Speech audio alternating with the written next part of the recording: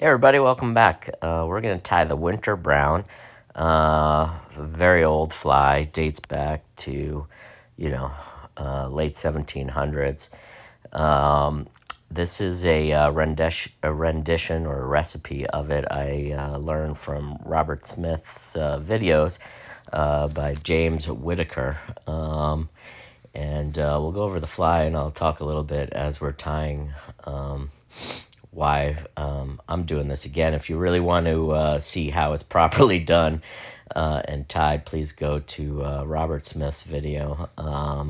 That is a much better tying than I'm doing. And I'll link to it in my description. All the winter brown recipes, if you will, or list of materials tend to include a hurl head of some kind, mostly peacock hurl.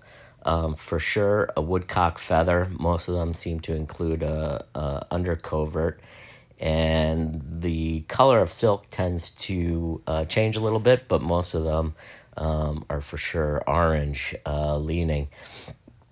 And so that's the general gist of the pattern.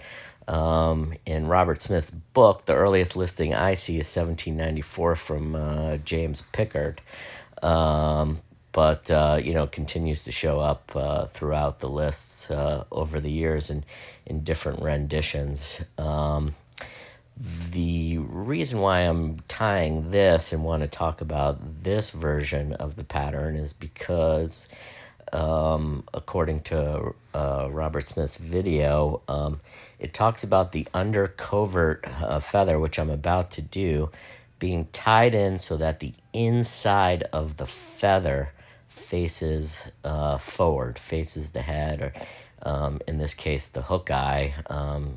And I thought that was super interesting. For those of you who follow me that are into tenkara and Japanese flies, the obviously famous Japanese or the iconic kebari pattern is the Sakasa kebari, where there's a reverse hackle with the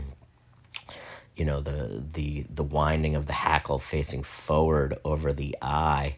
And I found it super interesting that this was the way in which this was tied as well, this version of the winter brown. And, you know, I think nothing is new under the sun, and whether ideas moved around or they were created independently or not, I mean, it seems pretty obvious to me at some point somebody, regardless of where they are, is going to try tying a pattern this way, and they're going to find out it works. And so I figured there had to be something in the UK tradition, in particular, with these simple soft hackle spider, traditions of the North, where they're not looking for super exact imitations of particular insects, but, more general imitations.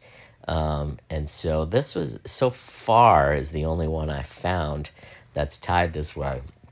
So as you can see, I stripped one side of the feather just to make it easier to wind, and wound it so that it's cupping forward, and the underside of the feather is facing over the eye. Now you could do this, the standard pattern would just be a silk body here and then tie off behind the hackle. This Whitaker recipe uses fox fur, from behind the ear. That's sort of, a similar lightish orange, reddish color. And so I'm dubbing that on now. But yeah, it's just interesting that the idea of a reverse hackle or Sakasa style fly does exist in other places. Hopefully, I can find some more examples of that. Those of us who've tied and fished actual, renditions of that Japanese style of fly, know it works. And so, I think you could apply this technique if you want to any of these spider patterns, to give it a try. I think the key thing, as you can see, hopefully in my tying, is that I see a lot of images out there of reverse hackles where it's like really like the tips of the hackles are like facing like forward, and it's a really tight cone.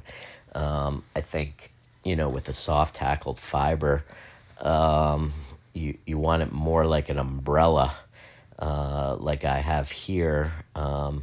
Whether it's facing forward or facing back, I think you want to prop it so it's more out, so you get a little bit more action, naturally with the fly and the drift, and that's the trick here. But yeah, cool find, something super interesting, some fun materials, and that's Whitaker's winter brown. Good pattern in this time of year.